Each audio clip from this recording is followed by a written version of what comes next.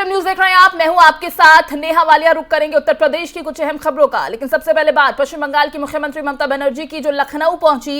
Airport पर ममता बनर्जी के साथ सपा अध्यक्ष अखिलेश यादव भी मौजूद रहे। साथ ही में अखिलेश यादव भी वहां पर थे। ममता बनर्जी के स्वागत के लिए सपा मुखिया अखिलेश यादव खुद लखनऊ एयरपोर्ट पहुंचे।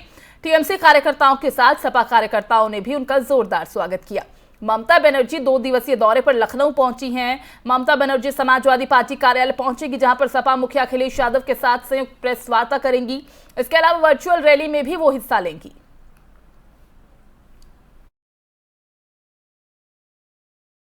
प्रधानमंत्री नरेंद्र मोदी ने आज से यूपी चुनाव प्रचार की शुरुआत की है। मौसम खराब होने के कारण पीएम बिजनौर नहीं गए, उन्होंने वर्चुअली संबोधित किया। उन्होंने कहा कि हमारा किसी के साथ भेदभाव नहीं है, ना ही हम भेदभाव करते हैं। क्या कुछ इस दौरान उन्होंने और कहा, आइए आपको सुनवाते हैं। भारतीय जनता पार्टी प्रदेश के प्रत्येक व्यक्ति को अपना परिवार मानती है। हमारा मंत्र है सबका साथ, सबका विकास, सबका विश्वास और सबका प्रयास। इसलिए बीजेपी की सरकार में भाई भतीजावाद और तुष्टीकरण की कोई जगह नहीं है। जब पीएम आवास योजना में घर मिलता है तो हर गरीब को घर मिलता है। उसकी जाति, उसका पंथ, उसका क्षेत्र नहीं देखा जाता। जब उज्ज्वला योजना से गैस का कनेक्शन मिलता है तो माताओं बहनों की जाति नहीं पूछी जाती, न उनका पंथ पूछा जाता है। हमारी सरकार में जब मुफ्त राशन मिलता है तो किसी भी की बिरादरी, किसी का समाज, कौन क्या है, ये किसका बेटा है, क्या है, कुछ नहीं जाना पूछा जाता। वहीं बसपा सुप्रीमो मायावती ने बरेली मंडल में चुनाव प्रचार की शुरुआत की। मंडलीय जनसभा से उन्होंने इसकी शुरुआत की। अपने 23 मिनट के भाषण में बसपा सुप्रीमो मायावती कांग्रेस, सपा, बीजेपी पर हमलावर रही। उन्होंने कहा कि बीजेपी ने जाति और धर्म के नाम पर लोगों के बीच खाई पैदा की है। साथ ही ये भी कहा कि इस बार के विधानसभा चुनाव में परिणाम 2017 की तरह ही चौंकाने वाले आएंगे। मायावती ने लोगों से 14 फरवरी को उपवास रखकर मतदान करने की अपील की। जनसभा को संबोधित करते हुए मायावती ने बीजेपी की सरकार को अहंकारी बताया। साथ ही दलित और आदिवासियों की बदहाली के लिए कांग्रेस को जिम्मेदार ठहराया है। उन्होंने कहा कि बीजेपी सरकार में अपराध बढ़े, महिलाएं दुखी हैं। बीजेपी सरकार में मुस्लिमों के साथ सौतेला व्यवहार हो रहा है। छोटे छोटे मामलों में बड़े गंभीर धाराओं में मुकदमे दर्ज किए गए। मायावती ने सत्ता में आने के बाद मुकदमों की जांच कराकर वापस लेने का ऐलान किया और कहा कि बसपा की सरकार आने पर किसानों को उपज का उचित दाम मिलेगा। प्रदेश की तरक्की के लिए बगैर डरे बसपा को वोट देने की अपील की। मायावती ने बरेली मंडल और मुरादाबाद मंडल से अपना रिश्ता जोड़ा। कहा कि बरेली मंडल के बदायूं जिले में मुझे जिताकर सदन में भेजा। अब ऐसे में ऐसा ही मुरादाबाद मंडल के बिजनौर से उनको उम्मीद है। बरेली और मुरादाबाद मंडल ने उनका बताया कि यहां पर उनका विशेष रिश्ता है।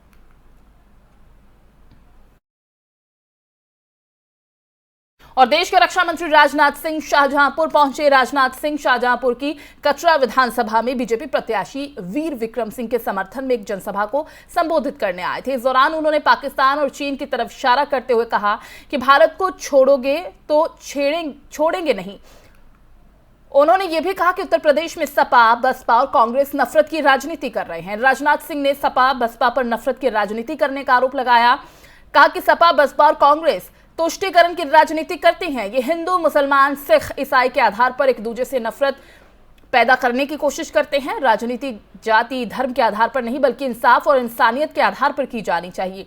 उन्होंने राहुल गांधी पर निशाना साधा और कहा कि भगवान उन्हें सद्बुद्धि दे। तो वहीं सीएम योगी की तारीफ करते हुए राजनाथ सिंह ने कहा कि हमारे मुख्यमंत्री माफियाओं पर बुलडोजर चला रहे हैं। जब कानून का शासन होगा तब विकास भी होगा।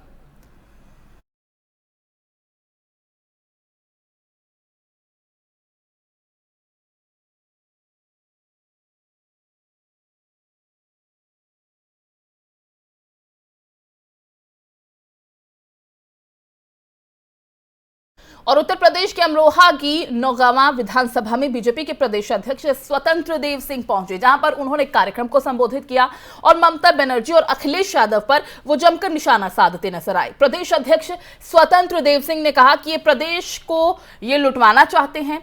क्या उत्तर प्रदेश को लूटा जाए? क्या इतनी शांति से प्रदेश चल रहा है? ना कोई दंगा है, गुंडागर्दी बंद है, भ्रष्टाचार बंद है, नियुक्तियां सही हो रही हैं। क्यों ये लोग उत्तर प्रदेश की जनता को लूटना चाहते हैं? बता दें कि स्वतंत्र देव सिंह बीजेपी के प्रत्याशी देवेंद्र नागपाल के पक्ष में मत की अपील करने पहुंचे थे, जहां उन्होंने ये सब कुछ कहा और बीजेपी सरकार की उपलब्धियां भी गिनवाई। स्वतंत्र देव जी का दौरा बरेली था और फिर पता चला कि वो बुलंदशहर से इधर आ रहे हैं, तो सीधे जा रहे थे। तो मैंने आदरणीय अध्यक्ष जी से प्रार्थना की कि हमारे एक गाँव में हमारे वर्चुअल रैली है चांदनगर, तो वहाँ भी एक गाँव में हमारे यहाँ प्रोग्राम लगाते हुए चले। तो उन्होंने सहर्ष स्वीकार किया। तत्काल आनंद फानन में एकदम जो हमने परमिशन ली इसकी, और आज जो है ये कार्यक्रम रखा गया मोदी जी का यहाँ पर, और उसके अंदर उन्होंने शिरकत की। और आज जिस प्रकार से वो बोल के गए, जो उन्होंने बातें बताई हैं कि आज भारतीय जनता पार्टी का पूर्ण रूप से समर्थन पूरे उत्तर प्रदेश में जनता कर रही है। सभी लोगों को प्रधानमंत्री आवास, शौचालय, आयुष्मान का कार्ड, बिजली का कनेक्शन, गैस का कनेक्शन, प्रधानमंत्री बीमा योजना, किसान सम्मान निधि, बेटियों के शादी की जिम्मेवारी भी हम लोगों ने निर्वहन किया 1.5 लाख।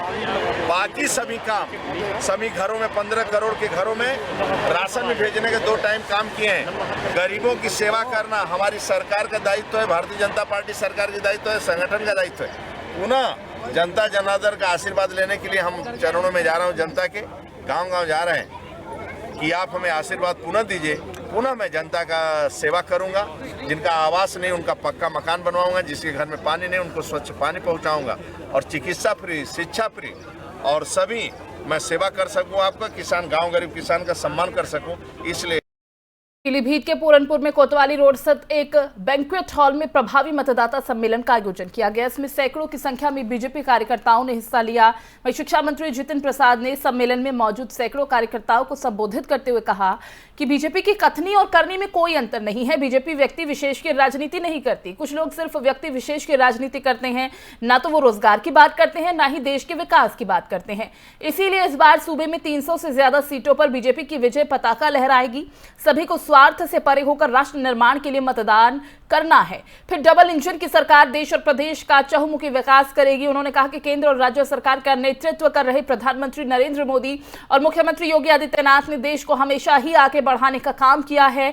इनका नेतृत्व पाकर सभी लोग गौरवान्वित हैं। कहा कि वर्तमान समय जी जान से जुटने का है। सभी कार्यकर्ता सरकार की तरफ से किए गए कार्यों के बारे में बात कर रूठे हुए को मनाएं, अब गिले शिकवे बंद करें और अपने लक्ष्य को हासिल करें। कहा कि सरकार बनने पर यूपी फिर से नए आयाम छुएगी। समाजवादी पार्टी के पक्ष में माहौल बनाने के लिए राष्ट्रीय अध्यक्ष अखिलेश यादव सहारनपुर पहुंचे। यहां पर उन्होंने मीडिया को संबोधित करते हुए किसानों, कारोबारियों और कारीगरों से बहुत से वायदे किए। बीजेपी सरकार पर भी जमकर बरसे। बीजेपी पर हमला बोलते हुए अखिलेश यादव ने कहा कि इस बार यूपी में बदलाव की हवा चल रही है। लोग परिवर्तन चाहते हैं, खासकर किसान, नौजवान, व्यापारी गठबंधन की तरफ देख रहे हैं। इस बार उत्तर प्रदेश से बीजेपी का सफाया हो जाएगा। ये यूपी के भविष्य का चुनाव है। बीजेपी अपनी उपलब्धियां नहीं बताना चाहती और वो सिर्फ झूठ की राजनीति कर रहे हैं।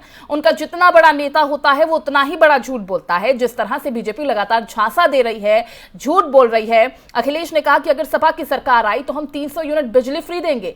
हमारे किसानों के लिए जो सिंचाई है वो मुफ्त होगी, कोई पैसा नहीं देना होगा। गठबंधन की सरकार बनी तो सरकारी कर्मचारियों की पुरानी पेंशन को लागू किया जाएगा। गन्ने के भुगतान को लेकर अखिलेश ने भरोसा दिलाया कि हमारी सरकार निश्चित करेगी कि 15 दिनों के अंदर किसानों को भुगतान कराया जाएगा। हर फसल की एमएसपी को तय किया जाएगा।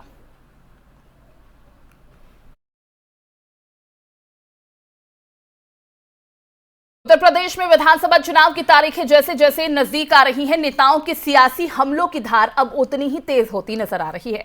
इसी कड़ी में डिप्टी सीएम केशव प्रसाद मौर्य ने अखिलेश यादव पर जमकर निशाना साधा। कहा कि अखिलेश यादव लगातार नौजवानों को गुमराह कर रहे हैं। डिप्टी सीएम केशव प्रसाद मौर्य ने उन सभी 20 लोगों को पार्टी की सदस्यता दिलाई जो दूसरे दलों से आए थे, जिन्हें डिप्टी सीएम ने पटका पहनाकर शपथ दिलाई। तस्वीरें आपके सामने हैं। कहा कि 15 साल तक सपा और बसपा ने यूपी में राज किया पर कोई भी विकास नहीं कर पाए, लेकिन अब यूपी में कमल खिलेगा और बीजेपी पूर्ण बहुमत से सरकार बनाएगी।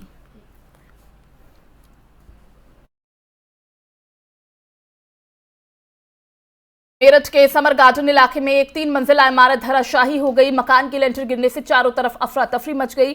लेंटर के नीचे कई मजदूर दब गए तो वहीं लोगों ने हादसे की सूचना पुलिस को दी। मौके पर पहुंची पुलिस ने दबे हुए लोगों का रेस्क्यू किया, उन्हें बाहर निकाला। लेंटर के नीचे दबने से कई लोग गंभीर रूप से घायल हुए, जिन्हें इलाज के लिए अस्पताल में भर्ती कराया गया।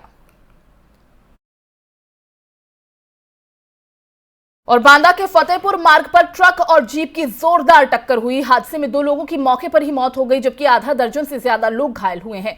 हादसे की वजह से आसपास हड़कंप मच गया। लोगों ने इसकी सूचना पुलिस को दी। मौके पर पहुंची पुलिस ने शवों को पोस्टमार्टम के लिए भिजवा दिया है और घायलों को अस्पताल में भर्ती कराया गया।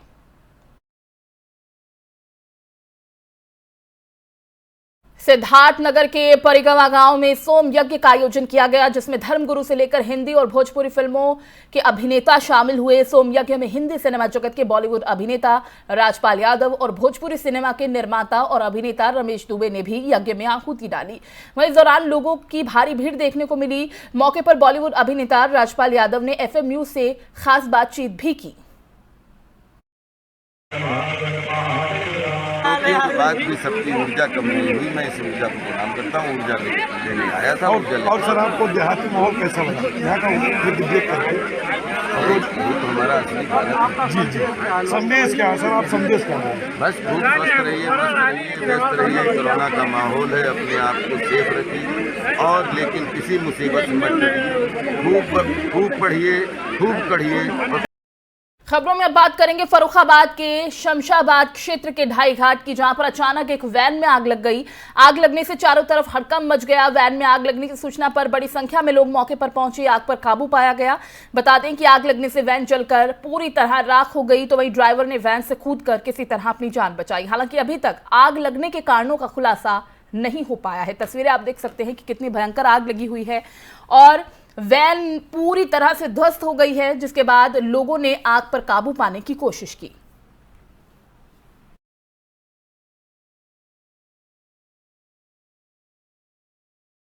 उत्तर प्रदेश की खबरों में फिलहाल बस इतना ही। देखते रहिए FM न्यूज। दीजिए इजाजत, नमस्कार।